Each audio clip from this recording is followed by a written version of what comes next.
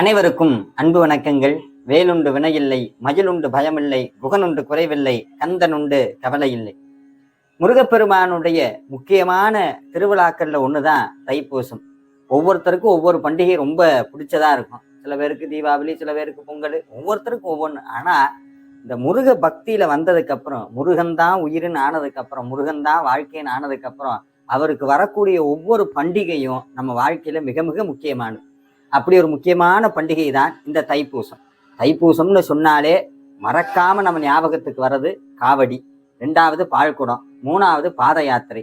தெரிஞ்சோ தெரியாமலையோ கூட்டம் கூட்டமா ஆயிரக்கணக்கான பக்தர்கள் அவங்கவுங்க ஊர்ல இருந்து முருகனை நோக்கி படையெடுத்து போய் தரிசனம் பண்ணக்கூடிய ஒப்பற்ற பண்டிகை தான் இந்த தைப்பூசம். தைப்பூசத்தினுடைய வரலாறு ஒவ்வொரு பக்கமும் ஒவ்வொரு விதமாக இருக்கிறது. நிறைய பேருக்கு ஒரு சந்தேகம் இருக்குது, இந்த தைப்பூசத்தினுடைய முக்கியமான வரலாறு என்ன, நம்ம சமயம் சொல்லக்கூடிய தத்துவம் என்ன, அதைத்தான் இன்னைக்கு நம்ம தெரிஞ்சுக்க போறோம். அது மட்டும் இல்ல, எந்த ஒரு விஷயத்தையும் கடைபிடிப்பதற்கு முன்பாக அதை பற்றிய தெளிவான அறிவு நமக்கு வேணும்னு பாரதியார் சொல்றார்.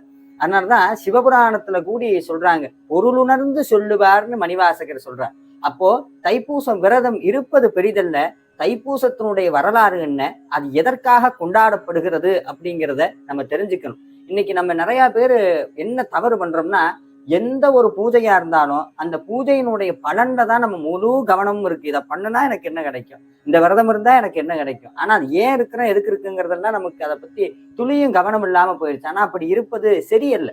எதையுமே நம்ம முழுசா தெரிஞ்சுக்கணும். தெரிய தெரியதான் நம்மளுடைய மனது விசாலப்படும், அறிவினுடைய அடுத்த எல்லைக்கு போக முடியும். அப்போதான் நம்ம வாழ்க்கையினுடைய தவறவிட்ட பகுதிகள் நமக்கு தெரிய ஆரம்பிக்கும். அதனாலதான் நம்ம சமயம் வற்புறுத்தி இந்த விரதங்களை எல்லாம் அனுஷ்டிக்க சொன்னதனுடைய காரணமே வெறும் நமக்கு தேவையான பொருளையோ தேவையான ஏதோ ஒரு ஆசையை நிறைவேற்றிக் கொள்வதற்கு மட்டுமல்ல வழிபாடு. மனிதனுடைய அடுத்த பரிணாமமாகிய தெய்வ நிலைக்கு இட்டு செல்வதுதான் ஒவ்வொரு வழிபாட்டினுடைய நோக்கம். அப்படி இந்த தைப்பூசம் தோன்றியதனுடைய முதல் விஷயம் என்னன்னா, இந்த உலகத்துல முதல்ல தோன்றிய பொருள் நீருன்னு நம்மளுடைய விஞ்ஞானம் சொல்லுது, அதை தான் நம் சமயமும் சொல்லுது. அது மட்டுமல்ல, முதலில் இந்த உலகில் உயிர்ப்பித்த அந்த உயிர் நீரிலிருந்து தான் தோன்றியது. அது தோன்றிய நாள் இந்த அற்புதமான தைப்பூச நாள். இந்த தைப்பூசம் அப்படின்னு சொல்றது, தை மாதம் வரக்கூடிய இந்த மாதத்தில் பூச நட்சத்திரமும் பௌர்ணமி திதியும் சேர்ந்து வரக்கூடிய நாள் தான் தைப்பூசமாக கொண்டாடப்படுகிறது. அது மட்டுமல்லாது, குருவும் சந்திரன் அப்படின்னு சொல்லக்கூடிய இரண்டு கிரகங்களினுடைய பரிபூரண ஆதிக்கம் செலுத்தக்கூடிய நாளும் இந்த மாதம்தான். இந்த அற்புதமான தைப்பூசமும் சேர்ந்து வரக்கூடிய இந்த அற்புதமான நாள் தான். இந்த கிரகச்சேர்க்கையும் ஒரு உலகத்துல மிக பெரும் நன்மையை தருகிறது. இந்த கிரகச்சேர்க்கைக்காக மட்டும் இந்த வழிபாடு கொண்டாடப்படுவது கிடையாது. அதை விட ரொம்ப முக்கியமானது, கிரகங்களுக்கெல்லாம் தலைவனாக, அண்ட சராசரங்களுக்கெல்லாம் தலைவனாக, நம்ம எல்லாம் ஆளக்கூடிய தெய்வமாக இருக்கக்கூடிய அந்த ஆறுமுக பரம்பொருளினுடைய வரலாற்று பின்னணி இதில் இருக்கிறது. அதனால்தான் தைப்பூசத்துக்கு இவ்வளவு சிறப்பு. முருகப்பெருமான் இந்த உலகத்தை காக்கும் பொருட்டு, இந்த அண்ட சராசரங்களை காக்கும் பொருட்டு ஈசனுடைய நெற்றிக்கண்ணிலிருந்து வந்து தோன்றினார். தோன்றியதனுடைய காரணம் சூரபத்மனை அழித்து தேவர்களை காப்பாற்றணும். ரொம்ப எளிமையா சொல்லணும்னா, கெட்டதையெல்லாம் அழிச்சு நல்லதையெல்லாம் காப்பாற்றணும். இப்ப நம்மளுக்கு ஒரு சந்தேகம் வரும், சூரபத்மனை அழிச்சதுக்கு அப்புறம் இந்த பூமியில கெட்டதே இல்லாம போயிடுச்சா அப்படின்னு கேட்டா கிடையாது, அது இன்னமும் அதிகமாயிருக்கு. அப்ப முருகப்பெருமானுடைய வேலை முடிந்து விட்டதான்னு கேட்டா கிடையாது, அவருடைய வேலை தொடர்ந்து கொண்டே இருக்கிறது. வேலை வைத்து வேலையை நடத்தி கொண்டே இருக்கிறார். அந்த சூரன் இன்னும் எங்க இருக்கான் அப்படின்னா, நம்ம மனசுக்குள்ள இன்னமும் இருக்கான். ஒவ்வொருத்தருக்குள்ளேயும் சூரபத்மன் இருந்து கொண்டே இருக்கிறான். அந்த சூரபத்மனை வதம் செய்வதற்காக நம்ம முருக பக்தியில போய் ஈடுபடுறோம். முருகா, எனக்குள்ள இருக்கக்கூடிய சூரனை கொன்று எனக்கு நல்ல வழியை காட்டு, உன் பாதத்துல என்னைக்கும் என்னைய வச்சுக்க, உன்னை சுமக்கக்கூடிய மயிலாக என் மனசை மாத்து, என்னைக்கும் உன்னைய பத்தி பேசக்கூடிய ஒரு சேவலாக என்னை மாத்துன்னு அவன் திருவடியில போய் தஞ்சமடைகிறோம். அப்ப முருகப்பெருமான் என்ன பண்றார், அந்த சூரபத்மனை வதம் செய்வதற்காக ஒரு ஆயுதத்தை கேட்கிறார் அன்னை ஆதிபராசக்தியிடம். அந்த ஆதிபராசக்தி ஆகப்பட்டவர் என்ன பண்றானா, தன்னுடைய உடலில் இருக்கக்கூடிய அத்தனை ஆற்றல்களையும் ஞான வேலாக மாற்றி சிவசக்தி ஐக்கிய சொரூபமாக மிக பெரும் பிரபஞ்சத்தையே கட்டுவிக்கக்கூடிய அந்த ஞான ஆயுதமாகிய வேலை முருகப்பெருமான் கையில் கொடுக்கிறார். அந்த நாள்தான் இந்த அற்புதமான தைப்பூசம். இது இரண்டாவது காரணம். அடுத்த காரணம் என்னன்னா, முருகப்பெருமான் வள்ளியை திருமணம் செய்து கொண்ட நாளும் இந்த தைப்பூசம் தான். நிறைய பேருக்கு ஒரு சந்தேகம் இருக்கு, ஏன் முருகப்பெருமானுக்கு 2 மனைவிகள், இந்த பக்கம் வள்ளி இந்த பக்கம் தெய்வயானி? ஆனா அது மனைவிகள் கிடையாது, அவருடைய சக்தி. முருகப்பெருமான் ஞான சக்தி, வள்ளியினுடைய பெயர் இச்சாசக்தி, தெய்வ யானையினுடைய பெயர் கிரியாசக்தி. மிக எளிமையா சொல்றேன். கிரியைன்னு சொன்னா பூஜை, வழிபாடுகள், ஒரு செயல் திட்டமான முறை. இந்த முறையில போனா இந்த பாதை அடையலாம். உதாரணத்துக்கு இங்கிருந்து கோயம்புத்தூர்ல இருந்து மதுரைக்கு போகணும்னா நீங்க கூகுள் மேப்ல ஒரு போடுறீங்க, அது ஒரு வழி காட்டுது. அந்த வழியில அப்படியே நம்ம ஒரு வண்டி எடுத்துட்டு தவறாம அந்த வழியில போனோம்னா அந்த இலக்கு அடையிடும். அதே மாதிரி நம்ம சமயம் சொல்லக்கூடிய பூஜை வழிமுறைகள், அதே மாதிரி விரதங்கள், இத்தனை நியமங்களையும் கற்று ஒரு மார்க்கத்துல விடாப்பிடியா போனோம்னா கிரியை மூலமாக சென்றால் அது கிரியாசக்தி, தெய்வ யானை. ஆனா அது நம்மளுக்கு ரொம்ப கஷ்டம். பூஜை பண்ணி அதை ரொம்ப ஸ்ட்ரிக்டா ஃபாலோ பண்ணி ஒரு விஷயத்தை கூடி விடாம வேதம் சொல்றபடி நடந்து இதெல்லாம் நம்மளால முடியாது. ஆனா இந்த பக்கம் இச்சாசக்தின்னு ஒண்ணு இருக்கு. இச்சைனா ஆசை. முருகன் எனக்கு வேணும்னு இந்த ஆத்மாவுக்கு இச்சாசக்தியை புகுட்டுவது.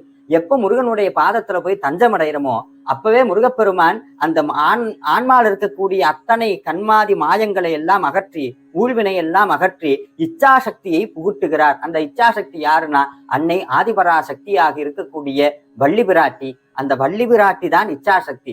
எப்போ ஆன்மாவுக்கு இறைவன் வேணும்னு அந்த ஆசை வருதோ, இறைவன்கிட்ட போய் சேரணும், முருகனை பார்க்கணும்னு இச்சை வருகிறதோ, அப்பவே ஆன்மா முருகன்கிட்ட போக வேண்டாம், முருகன் ஆன்மாவை தன்னிடத்தில் சேர்த்துக் கொள்வார். அதுதான் வள்ளி திருமணத்தினுடைய தத்துவம். அப்படி குறப்பெண்ணாக இருக்கக்கூடிய வள்ளியை திருமணம் செய்து கொண்ட நாளும் இந்த அற்புதமான தைப்பூசம்.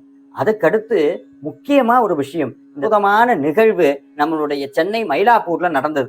அத்தனை பேருக்கும் தெரியும். கைலையே மயிலை, மயிலையே கைலை. திருஞான சம்பந்தர் வருகிறார். திருஞான சம்பந்தர் வரார். பூம்பாவைன்னு ஒரு குழந்தையை திருஞான சம்பந்தருக்கு தான் கல்யாணம் பண்ணி கொடுக்கணும்னு சொல்லி சிவனேசன் செட்டியார் பூம்பாவை வளர்க்கிறார். அரவம் பாம்பு தீண்டி அந்த பொண்ணு இறந்துருது. பல வருஷம் கழிச்சு திருஞான சம்பந்தர் வரார். சிவனேசன் செட்டியார் கையில அஸ்தியோட கொண்டு வந்து திருஞான சம்பந்தர் பாதத்துல வைக்கிறார். ஐயா, உங்களுக்காக வளர்த்த பொண்ணு அரவம் தீண்டி இறந்து போயிட்டா, உங்க முன்னாடி அந்த சாம்பலை வைக்கிறேன்னு சொன்னோன்னே அப்ப அந்த ஞான சம்பந்தர் கையில இருக்கக்கூடிய கபாலீஸ்வரரை வேண்டி ஒரு பதிகம் ஒண்ணு பாடுகிறார். அதுல ஒரு வார்த்தை சொல்றார், தைப்பூசம் காணாது போதியோ பூம்பாவைங்கிறார். அப்ப பாத்துக்குங்க இந்த தைப்பூச விரதத்தினுடைய மகத்துவம் எந்த அளவுக்கு இருக்குன்னு. தைப்பூச விரதம் இல்லாம நீ போயிட்டியே, இது நியாயமானு கேட்டு அந்த பாடி முடித்த பின் ஆம்பலாக இருந்த பூம்பாவை திருஞான சம்பந்தரனுடைய பதிகத்தால் மீண்டு எழுந்து வந்தால். அப்பேற்பட்ட ஆற்றல் மிக்கது இந்த தைப்பூச விரதம். இந்த தைப்பூச விரதத்தினுடைய இன்னும் பல சிறப்புகள் என்னன்னா, சிதம்பரத்துல நடராஜர் ஆனந்த தாண்டவம் ஆடுகிறார். அந்த தாண்டவ காட்சியை நம்மளுடைய வியாக்கிரபாதரும் பதஞ்சலி முனிவரும் கண்டு தரிசித்த நாள் இந்த தைப்பூச நாள். அது மட்டுமல்ல, தேவர்களை எல்லாம் காத்து முருகப்பெருமானுக்கு அற்புதமான ஒரு நாமாவளி ஒன்று உண்டு. என்னன்னா தேவ சேனாதிபதி. பகவத்கீதையில பகவான் கிருஷ்ணர் சொல்றார், தேவ சேனாதிபதியாக நான் இருக்கிறேன்கிறார், கந்தனாக இருக்கிறேன். அப்பேற்பட்ட தேவ சேனாதிபதி எனும் பட்டம் பெற்ற நாள் இந்த தைப்பூசம். அது மட்டுமல்ல, இந்த உலகத்தில் இருக்கக்கூடிய அத்தனை உயிர்களும் இறைவனை காண வேண்டும்னு இருக்கக்கூடிய நோன்புகள்லேயே மிகச்சிறந்த நோன்பாக சொல்லக்கூடிய ஒரு விரதம் இந்த தைப்பூசம். இத்தனை வரலாற்று சிறப்புமிக்க இந்த தைப்பூச விரதத்தை எப்படி இருக்க வேண்டும் என்ற முறையை வரக்கூடிய அடுத்த பதிவில் நான் சொல்ல இருக்கிறேன். இந்த தைப்பூசத்தன்னைக்கு நம்ம தெரிஞ்சுக்க வேண்டிய முக்கியமான விஷயம், எவ்வளவு நாள் விரதம் இருந்தாலும் முக்கியமான சில விஷயங்களை கடைபிடிக்க வேண்டும். அது என்ன அப்படிங்கிறத அடுத்த காணொளியின் மூலமாக உங்களுக்கு பகிர இருக்கிறேன். நன்றி. முருகா சரணம்.